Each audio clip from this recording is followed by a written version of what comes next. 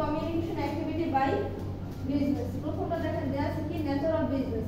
আসলে এরকম স্লাইড করানোটা কঠিন, আচ্ছা বোঝানো যায় না সিনারিওটা, অর্ধেক চলে যাবে পরে অর্ধেক চলে যায় নিচে। দ্বিতীয়টা কি দেখেন জিওগ্রাফিক্যাল ডিসপারশন অফ অপারেশন। এখানে জিওগ্রাফিক্যাল ডিসপারশন অফ অপারেশন বলা হয়েছে কিছু কিছু বিজনেস অর্গানাইজেশন দেখবেন পুরা দেশ জুড়ে প্রত্যেকটা জেলাতে তাদের আপনার অপারেশনাল স্টোর থাকে।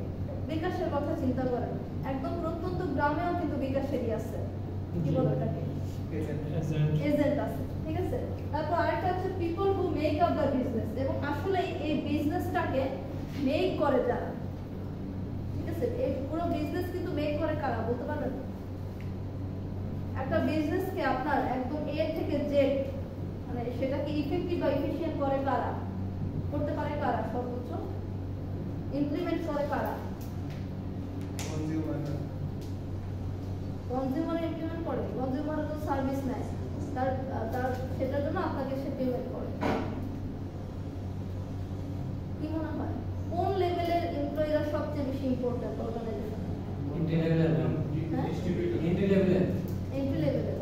আপনি এজেন্টের বিকাশের কথা যেটা বললাম, একজন এজেন্ট, প্রত্যেকটা এজেন্ট হাজার হাজার এজেন্ট আছে বাংলাদেশে, হাজার হাজার বলে মনে কম হবে, লাখ এজেন্ট আপনি পাবেন প্রত্যেকটা গ্রামে। এখন আর মানে সব টপ লেভেলে কয়জন আছে বা মিডল লেভেলে বা কয়জন থাকে? ফিল্ড লেভেল বা মাঠ পর্যায়ে কর্মী থাকে সবচেয়ে বেশি, তাই না?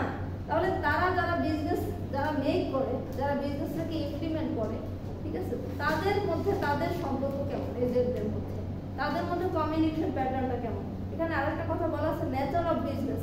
আপনার বিজনেসটা কি ধরনের? এটা কি সার্ভিস ওরিয়েন্টেড বিজনেস আর এটা কি আপনার প্রোডাক্ট ওরিয়েন্টেড বিজনেস?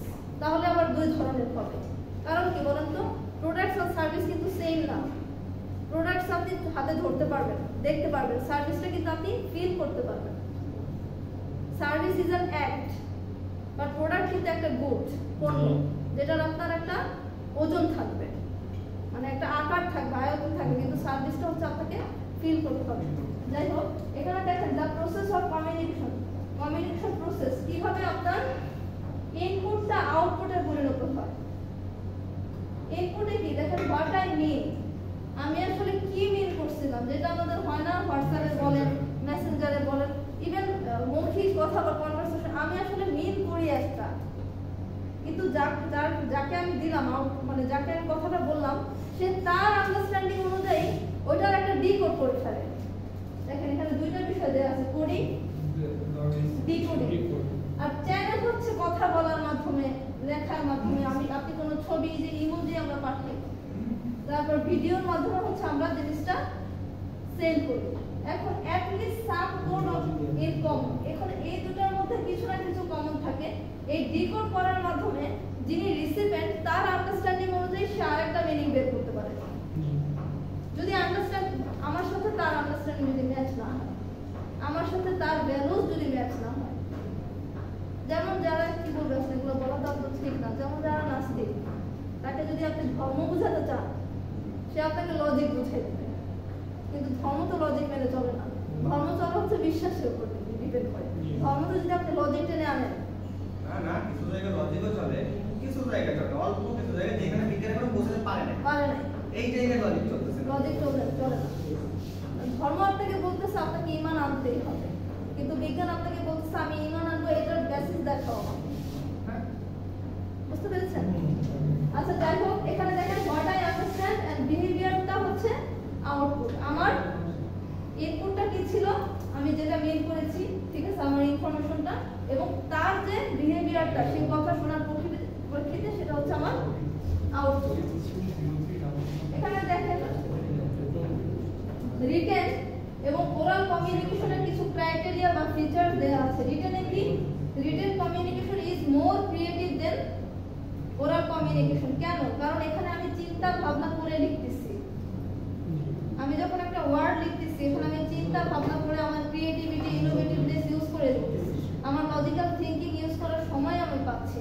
কিন্তু ওরালটা তো স্পন্টেনিয়াস, স্পন্টেনিয়াস হয়েছে আমার মাধ্যম হয়ে যাচ্ছে, এখানে আমার লজিক্যাল থিংক করার মানে সময়টা কম, ঠিক আছে। তারপর রিটেনটা thoughtful, then oral communication. It is a slow cycle. Then the oral communication, এটা তো ফাস্ট, এটা oral এর এটা হচ্ছে ফাস্ট, র্যাপিডলি হবে, ঠিক আছে?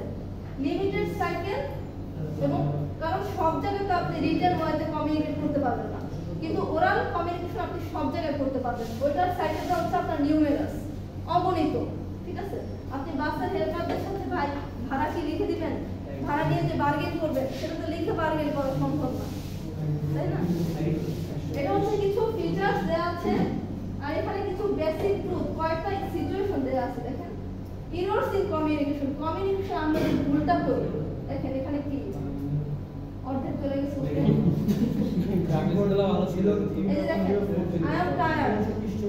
আপনার এই যে আপনারা ক্লাসে এসে আমি কেন বলছি ঘুমায় গেছেন, এই কথা কি ফের বলেন আমাকে বলেন। আরে তো ভুলেছে আমারই, তাহলে কথা এখন প্রেজেন্ট নেওয়া তো ভুল হচ্ছে। ক্লাস শেষে নেন এটা। দেখেন আপনি যে টায়ার্ড, আপনার বস আপনাকে দেখে বুঝে গেছে। আপনি তাহলে কমিউনিকেশনটা কিন্তু ভুলভাবে করবেন। আমি বললাম না কমিউনিকেশন শুধু মুখ দিয়ে বা লিখে হয় না, আপনার বডি জেস্টারও বোঝা যায় যে আপনি আসলে টায়ার্ড নাকি আপনি খুব এনার্জেটিক একটা পারসন। আপনি সব সময় যদি খুব ঘুম ঘুম ভাবে হাঁটাহাঁটি করেন, ক্লাসে যদি ঘুমিয়ে যান, গালে হাত দেন, তার মানে কি আপনি খুব টায়ার্ড। তারপর I am sorry, yes we are guilty, ঠিক আছে? এগুলো হচ্ছে হা হা। অনেকে আছে না কোনো ধরনের কোনো কনটেক্সট ছাড়াই হা হা করে হেসে ওঠে, ধরেন কনটেক্সট নাই, আছে না? এগুলো কিন্তু এরর্স। কমিউনিকেশনে এই বিষয়গুলো আপনার পার্সোনালিটিটা ডাউন করে দেয়। কথা কি বুঝতে পারছেন কিনা? তারপর এখানে আরো কতগুলো সিচুয়েশন দেওয়া আছে, এখানে শাউট করতেছে, এটা তো কমিউনিকেশনের কোনো ইফেক্টিভ কমিউনিকেশন না। শাউট করে আপনি কি করতে পারবেন? কিচ্ছু করতে পারবেন না।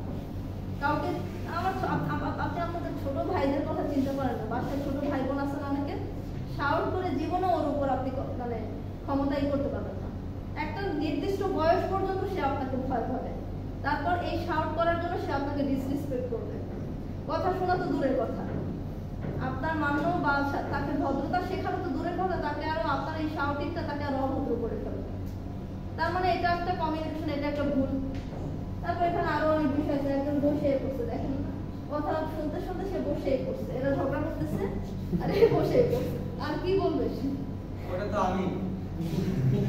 আর এ তো মাথায় হাত দিয়ে বসে পড়ছে, আর এ তো আর উনি বলেই যাচ্ছে এই ইনফরমেশন নিতে নিতে টায়ার্ড, আর কি শুনবে? ঠিক আছে, এগুলো হচ্ছে বিভিন্ন কমিউনিকেশনের ভুল, বিভিন্ন আপনার প্যাটার্ন দেয়া আছে, যার মাধ্যমে আমরা আসলে বোঝাতে চাচ্ছি যে কমিউনিকেশন আমরা কি ভুলগুলো মাঝে মাঝে করি।